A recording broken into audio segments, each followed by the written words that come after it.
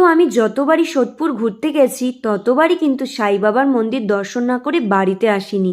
তো দিদিভাইয়ের ফ্ল্যাট থেকে মন্দিরটা খুবই কাছে, ওই ধরো 10 থেকে 15 মিনিটের পথ। এত কাছে থেকে যদি মন্দির দর্শন না করে আমি বাড়ি গেছি তাহলে কি আমার রক্ষে আছে?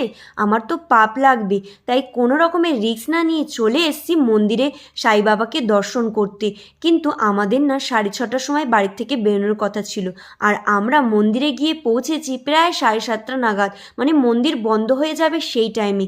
গিয়ে দেখছি তখন সন্ধ্যা আরতি হচ্ছে, তার কিছুক্ষণ বাদেই কিন্তু মন্দিরটা বন্ধ করে দিয়েছিল। তার মানে ভাবো আমরা কত লেটে চলি আর আমাদের গাড়ি কতটা স্লো। তো যাই হোক, এদিকে দেখতে পাচ্ছ তোমাদের আয়ান্স খুব মজা পেয়েছে, মানে এত সুন্দর জায়গা আর এত খোলামেলা যে ও খুব মজা করছিল। আর সত্যি কথা বলতে আমারও খুব ভালো লাগে, মানে এখানে আসলে আমি শান্তি খুঁজে পাই। তো যাই হোক, আজকের ভিডিওটা এইটুখানি, দেখা হচ্ছে নেক্সট ভিডিওতে।